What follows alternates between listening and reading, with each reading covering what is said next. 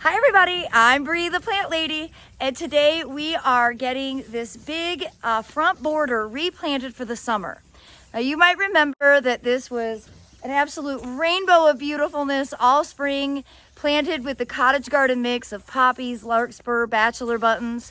But all of that seed has dried, it's been collected, and it is time to get it replanted with summer annuals. We have a really cool display to put in this year that's going to be very unique. Today is also very special because it's actually the first day that I have all 3 interns at one time. So let me quickly get you all introduced to the team Bree the Plant Lady for 2023. All right, everybody, you may recognize Aiden. He's been working in the garden for 10 years. Yeah. So what's your favorite thing to do? Putting down mulch. He's a mulcher. And just so everybody knows, he has a side business because he's a hustler. He is running a lawn service plus mulching and other landscape jobs in your neighborhood.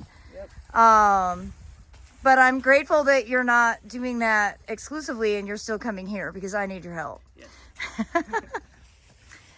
And here we have the lovely Jordan. Hello. And right now you are processing poppies. Yes. This is a pretty fun part of the... Oh no, it's fun. I like making the little bouquets. Right? And these will be available for sale at the Fall Open Garden, which is Saturday, September 23rd. Yes. From noon to 4 p.m. Mm-hmm. And not only is she making these beautiful poppy bouquets out of the dried ones, but she's also still collecting lots of seed. And you can see these have been drying now for almost 2 weeks, maybe 3 weeks, and there's more seeds coming out. So that's a critical part when you're a seed saver, that you just let the process take the time it needs. That was cute. All right, everybody, you should recognize Emily. She is the horticulture intern. You are the queen of working hard. You have gathered millions, maybe billions of seeds, I think, in the last couple of weeks. Yep, that sounds about accurate. And now you are preparing for mulching this bed. And so the process here is quite simple. We mulch before we plant. That way we don't have to try and get the mulch in between all the plants. Although we make some exceptions for the larger plants that we're going to install. And we have a seed layer that we're going to do just like we did yesterday in the wave. So that's basically the stage we're at.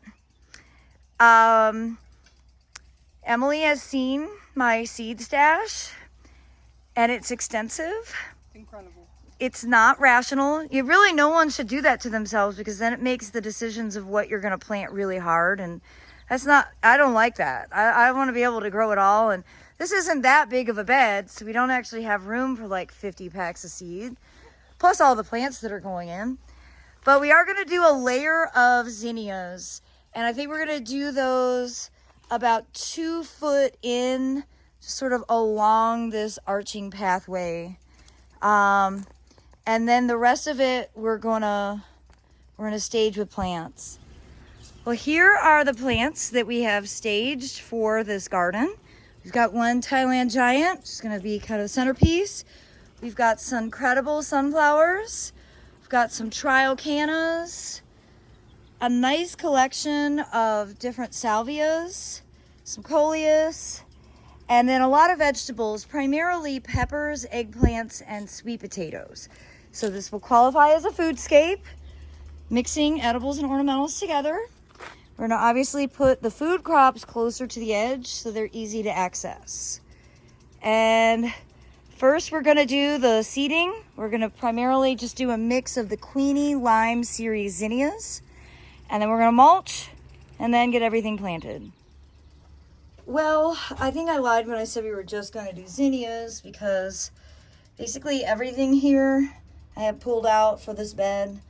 So we've got Cinderella Peach Zinnia, Queenie Lime Orange, Queenie Lime Blush, Queen Lime Red, Apricota Cosmos, Cranberry Hibiscus, and roselle. I think they're the same thing, although maybe not.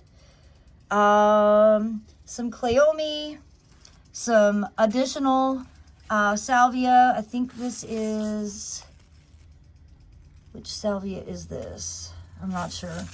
And then a really compact type of zucchini.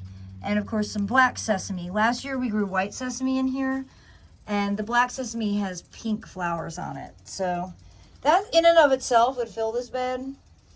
We're just gonna go above and beyond.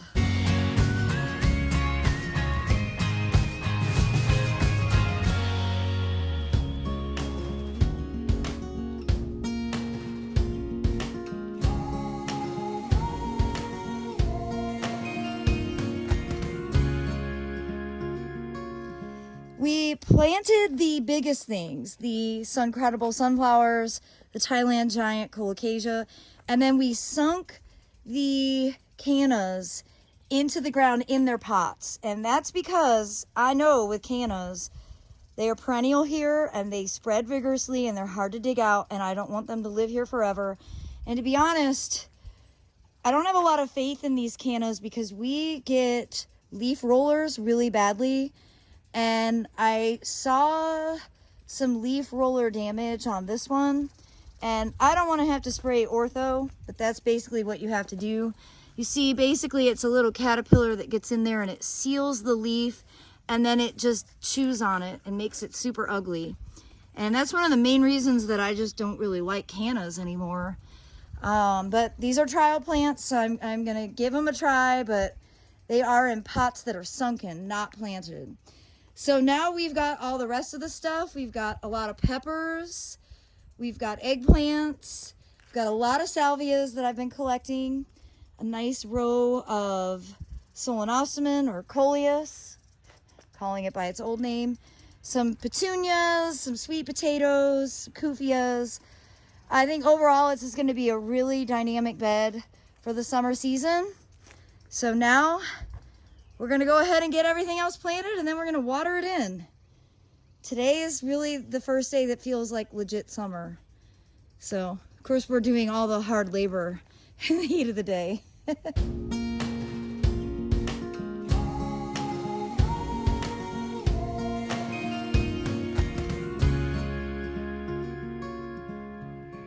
Well, I hope you'll agree that this is a pretty significant transformation. Particularly when you compare it to what it was with all of the self-sown cottage gardens and, you know, how it looked in May. I think this tropical combo Foodscape is going to not only look great all summer, but provide us with a lot of harvest. We've got 4 eggplants and I think like 12 peppers. So I didn't do any tomatoes in here. I know better than to put tomatoes in the ground, because really it's just a big disappointment. But I think peppers and eggplants are going to do great, and of course we have tons of sweet potatoes.